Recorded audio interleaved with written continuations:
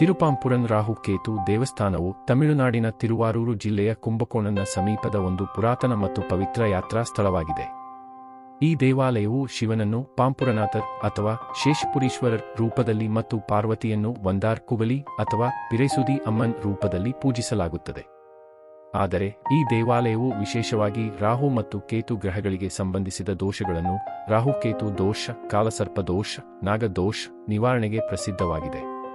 ಈ ವಿಡಿಯೋದಲ್ಲಿ ತಿರುಪಾಂಪುರನ್ ದೇವಸ್ಥಾನದ ಇತಿಹಾಸ, ಆಧ್ಯಾತ್ಮಿಕ ಮಹತ್ವ, ಪೂಜಾ ವಿಧಾನಗಳು ಮತ್ತು ತಲುಪುವ ಮಾರ್ಗಗಳ ಬಗ್ಗೆ ವಿವರವಾಗಿ ತಿಳಿಯೋಣ. ದೇವಸ್ಥಾನದ ಇತಿಹಾಸ ಮತ್ತು ಪೌರಾಣಿಕ ಹಿನ್ನೆಲೆ. ತಿರುಪಾಂಪುರನ್ ದೇವಸ್ಥಾನವು ಸುಮಾರು 3000 ವರ್ಷಗಳ ಇತಿಹಾಸವನ್ನು ಹೊಂದಿದೆ ಎಂದು ನಂಬಲಾಗಿದೆ. ಈ ದೇವಾಲಯವು ಶೈವ ಸಂಪ್ರದಾಯದ 275 ಪಾದಲ್ ಪೇತ್ರ ಸ್ಥಳಗಳ ಪೈಕಿ ಒಂದಾಗಿದ್ದು, ತಮಿಳು ಶೈವ ಸಂತರಾದ ತಿರುಜ್ಞಾನ್ ಸಂಬಂಧರ್, ಅಪ್ಪರ್ ಮತ್ತು ಸುಂದರರ್ ತಮ್ಮ ತೇವಾರಂ ಭಕ್ತಿಗೀತೆಗಳಲ್ಲಿ ಈ ದೇವಾಲಯದ ಕೀರ್ತಿಯನ್ನು ಹಾಡಿದ್ದಾರೆ. ಈ ದೇವಾಲಯವು ಕಾವೇರಿ ನದಿಯ ದಕ್ಷಿಣ ದಂಡೆಯಲ್ಲಿದೆ ಮತ್ತು ಚೋಳ ರಾಜವಂಶದ ರಾಜರಿಂದ 12ನೇ ಮತ್ತು 13ನೇ ಶತಮಾನದಲ್ಲಿ ಇಟ್ಟಿಗೆಯ ರಚನೆಯಿಂದ ಕಲ್ಲಿನ ರಚನೆಗೆ ಪುನರ್ನಿರ್ಮಾಣಗೊಂಡಿದೆ. ಪೌರಾಣಿಕ ಕಥೆಯ ಪ್ರಕಾರ ಒಮ್ಮೆ ಗಣೇಶನು ಈ ದೇವಾಲಯದಲ್ಲಿ ಶಿವನನ್ನು ಪೂಜಿಸುತ್ತಿದ್ದಾಗ ಶಿವನ ಕುತ್ತಿಗೆಯ ಸುತ್ತಲಿರುವ ಸರ್ಪವು ಗಣೇಶನು ತನ್ನನ್ನೇ ಪೂಜಿಸುತ್ತಿದ್ದಾನೆ ಎಂದು ತಪ್ಪಾಗಿ ಭಾವಿಸಿತು. ಇದರಿಂದ ಕುಪಿತನಾದ ಶಿವನು ಸರ್ಪಕುಲಕ್ಕೆ ಶಾಪವಿಟ್ಟನು. ಇದರಿಂದ ಆದಿಶೇಷ, ರಾಹು, ಕೇತು ಸೇರಿದಂತೆ ಎಲ್ಲ ನಾಗಗಳು ತಮ್ಮ ಆಧ್ಯಾತ್ಮಿಕ ಶಕ್ತಿಯನ್ನು ಕಳೆದುಕೊಂಡವು. ಶಾಪದಿಂದ ಮುಕ್ತಿಯನ್ನು ಬೇಡಿಕೊಂಡ ನಾಗಗಳಿಗೆ ಶಿವನು ತಿರುಪಾಂಪುರನ್ನಲ್ಲಿ ಶಿವರಾತ್ರಿಯಂದು ತನ್ನನ್ನು ಪೂಜಿಸಿದರೆ ಶಾಪದಿಂದ ಮುಕ್ತಿಯಾಗುವುದು ಎಂದು ಆದೇಶಿಸಿದನು. ಆದಿಶೇಷನ ನೇತೃತ್ವದಲ್ಲಿ ನಾಗರಾಜರು ಕುಂಭಕೋಣಂ ನಾಗೇಶ್ವರ, ತಿರುನಾಗೇಶ್ವರಂ, ತಿರುಪಾಂಪುರಂ ಮತ್ತು ನಾಗೂರ್ನ ನಾಗನಾಥರನ್ನು ಶಿವರಾತ್ರಿಯಂದು ಪೂಜಿಸಿ ಶಾಪದಿಂದ ಮುಕ್ತರಾದರು.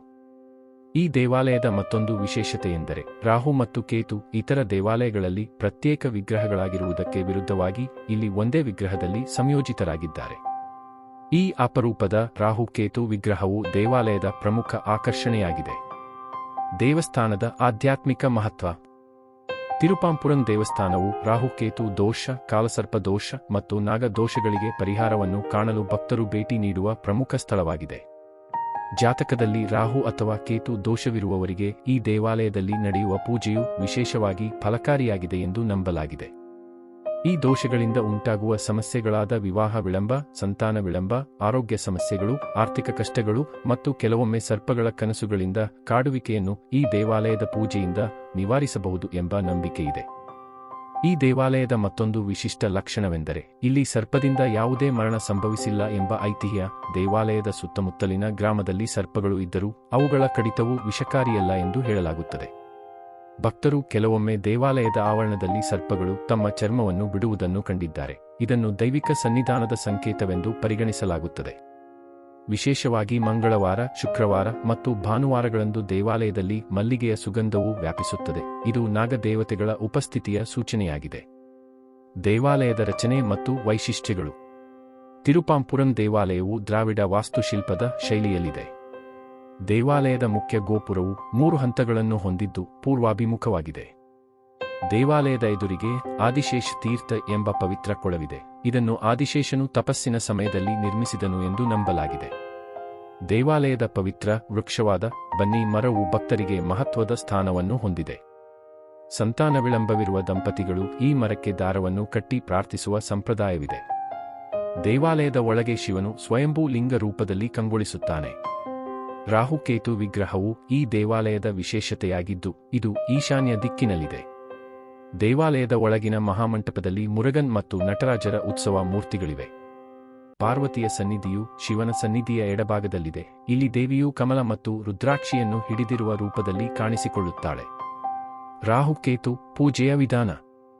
ತಿರುಪಾಂಪುರನ್ ದೇವಸ್ಥಾನದಲ್ಲಿ ರಾಹುಕೇತು ಪೂಜೆಯು ರಾಹು ಕಾಲದಲ್ಲಿ ಸಾಮಾನ್ಯವಾಗಿ ಬೆಳಗ್ಗೆ 7:30 ರಿಂದ 9:00 ರವರೆಗೆ ಅಥವಾ ಸಂಜೆ 4:30 ರಿಂದ 6:00 ರವರೆಗೆ ನಡೆಯುತ್ತದೆ.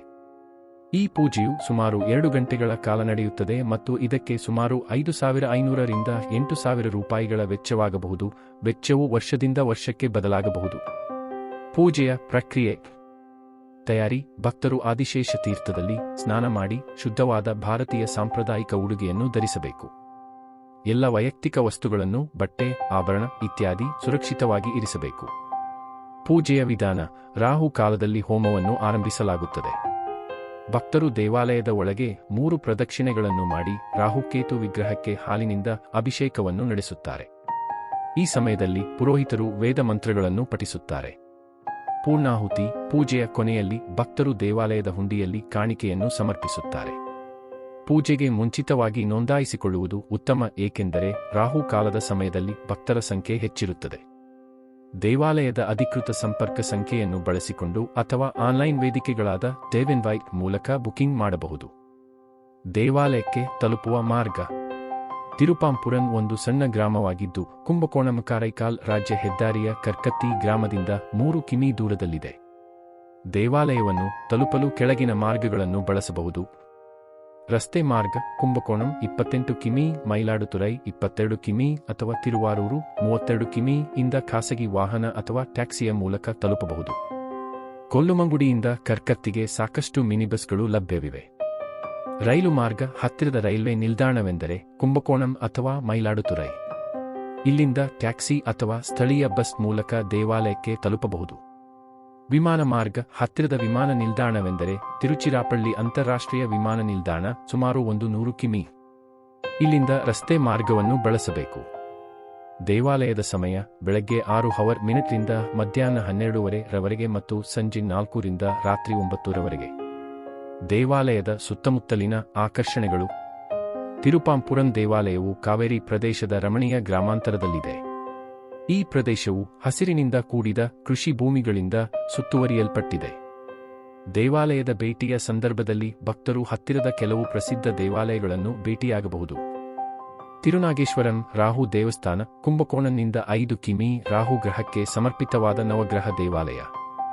ಕೀಟ್ಪೆರಂಪಲ್ಲಂ ಕೇತು ದೇವಸ್ಥಾನ, ಮಯಿಲಾಡುತುರೈಗೆ ಸಮೀಪ, ಕೇತು ಗ್ರಹಕ್ಕೆ ಸಮರ್ಪಿತವಾದ ನವಗ್ರಹ ದೇವಾಲಯ. ವೈತೀಶ್ವರನ್ ಕೋಯಿಲ್, ಶಿವನನ್ನು ವೈದ್ಯನಾಥನಾಗಿ ಪೂಜಿಸುವ ಪವಿತ್ರ ಸ್ಥಳ.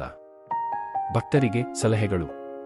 ಮುಂಗಡ ಬುಕಿಂಗ್: ರಾಹುಕೇತು ಪೂಜೆಗೆ ಮುಂಚಿತವಾಗಿ ಅಪಾಯಿಂಟ್ಮೆಂಟ್ ತೆಗೆದುಕೊಳ್ಳಿ. ದೇವಾಲಯದ ಸಂಪರ್ಕ ಸಂಖ್ಯೆ ಅಥವಾ ಆನ್ಲೈನ್ ವೇದಿಕೆಗಳನ್ನು ಬಳಸಿಕೊಳ್ಳಿ. ಸಾರ್ವಜನಿಕ ಸಾರಿಗೆ: ದೇವಾಲಯವು ಗ್ರಾಮೀಣ ಪ್ರದೇಶದಲ್ಲಿರುವುದರಿಂದ ಖಾಸಗಿ ವಾಹನ ಅಥವಾ ಟ್ಯಾಕ್ಸಿಯನ್ನು ಬಳಸುವುದು ಉತ್ತಮ. ಶಿಷ್ಟಾಚಾರ: ದೇವಾಲಯದ ಒಳಗೆ ಮೊಬೈಲ್ ಫೋನ್, ಕ್ಯಾಮೆರಾ ಅಥವಾ ಇತರ ಎಲೆಕ್ಟ್ರಾನಿಕ್ ಉಪಕರಣಗಳನ್ನು ಬಳಸುವಂತಿಲ್ಲ. ಶುದ್ಧವಾದ ಉಡುಗೆಯನ್ನು ಧರಿಸಿ ಮತ್ತು ದೇವಾಲಯದ ನಿಯಮಗಳನ್ನು ಪಾಲಿಸಿ. ವಸತಿ: ಹತ್ತಿರದ ಕುಂಭಕೋಣಂ ಅಥವಾ ಕಾರೈಕಾಲ್ನಲ್ಲಿ ಹೋಟೆಲ್ಗಳು ಮತ್ತು ಲಾಡ್ಜ್ಗಳು ಲಭ್ಯವಿವೆ. ತಿರುಪಾಂಪುರನ್ ರಾಹು ಕೇತು ದೇವಸ್ಥಾನವು ಆಧ್ಯಾತ್ಮಿಕ ಮತ್ತು ಜ್ಯೋತಿಷ್ಯ ದೃಷ್ಟಿಯಿಂದ ಅತ್ಯಂತ ಮಹತ್ವದ ಸ್ಥಳವಾಗಿದೆ. ಈ ದೇವಾಲಯದಲ್ಲಿ ನಡೆಯುವ ಪೂಜೆಯು ಭಕ್ತರ ಜೀವನದಲ್ಲಿ ಶಾಂತಿ, ಸಮೃದ್ಧಿ ಮತ್ತು ಸಮತೋಲನವನ್ನು ತರುವುದೆಂದು ನಂಬಲಾಗಿದೆ. ತಮಿಳುನಾಡಿನ ಕಾವೇರಿ ನದಿ ರಮಣೀಯ ಸೌಂದರ್ಯದ ಮಧ್ಯೆ ಈ ದೇವಾಲಯವು ಭಕ್ತರಿಗೆ ಆಧ್ಯಾತ್ಮಿಕ ಶಕ್ತಿಯ ಕೇಂದ್ರವಾಗಿದೆ. ರಾಹುಕೇತು ದೋಷದಿಂದ ಪರಿಹಾರವನ್ನು ಕಾಣಲು ಬಯಸುವವರು ಈ ದೇವಾಲಯಕ್ಕೆ ಭೇಟಿ ನೀಡಿ ಶಿವನ ಮತ್ತು ನಾಗದೇವತೆಗಳ ಆಶೀರ್ವಾದವನ್ನು ಪಡೆಯಬಹುದು. ದೇವಾಲಯದ ಸಮಯ, ಪೂಜಾ ವೆಚ್ಚ ಮತ್ತು ಇತರ ವಿವರಗಳು ಬದಲಾಗಬಹುದು. ಆದ್ದರಿಂದ ಭೇಟಿಯ ಮೊದಲು ದೇವಾಲಯದ ಅಧಿಕೃತ ಸಂಪರ್ಕ ಕಚೇರಿಯನ್ನು ಸಂಪರ್ಕಿಸಿ. ಈ ವಿಡಿಯೋದಲ್ಲಿ ಎಲ್ಲಾ ಮಾಹಿತಿಯು ಜ್ಞಾನದ ಉದ್ದೇಶವಾಗಿದೆ. ಈ ವಿಡಿಯೋ ಇಷ್ಟವಾದಲ್ಲಿ ಲೈಕ್ ಮಾಡಿ, ಶೇರ್ ಮಾಡಿ ಮತ್ತು ಈ ಚಾನೆಲ್ ಅನ್ನು ಸಬ್ಸ್ಕ್ರೈಬ್ ಮಾಡಿ. ಧನ್ಯವಾದ.